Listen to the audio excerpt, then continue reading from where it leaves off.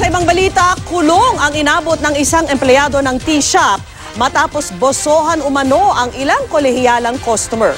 Tinutukan yan ni Katrina Son.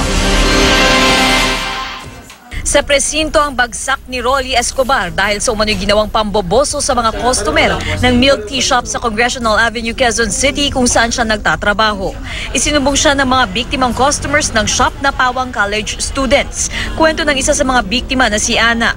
Pasado alas 5 ng hapon kahapon nang magpunta siya sa shop kasama ang dalawang kaibigan.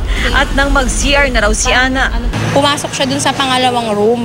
Tapos, nung pagpasok ko sa CR, pag-upo ko dun sa bowl, sabi ko, bakit may butas na malaki na parang may mata?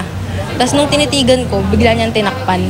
Ikwinento daw ni Ana sa mga kasamahan ang nangyaring pamboboso. Yun pala, may naranasan rin silang kaparehong sitwasyon. Kaya agad silang nagsumbong sa kanilang mga magulang at ipinaaresto si Escobar. Mali yung ginawa niya.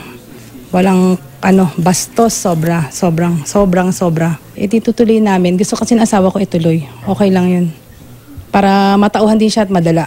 Unfair po sa aming mga biktima na hindi lang naman po ako Marami po kaming biktima na babae. Gusto ko po na bilang isang babae, maprotektahan din po namin mga rights namin.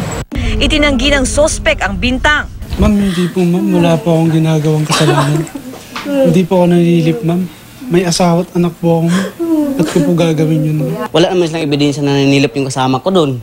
Kasi siyempre doon kami nagluluto, kumukuha ng tubig, doon yung ref namin. Gayunpaman, Mahingi po ako ng tawad sa mga lahat ng nila ma'am kung may kasalanan ako. Pero wala po akong ginagawang ma'am, paninilip o man. Hindi ko po gawaan yun ma'am.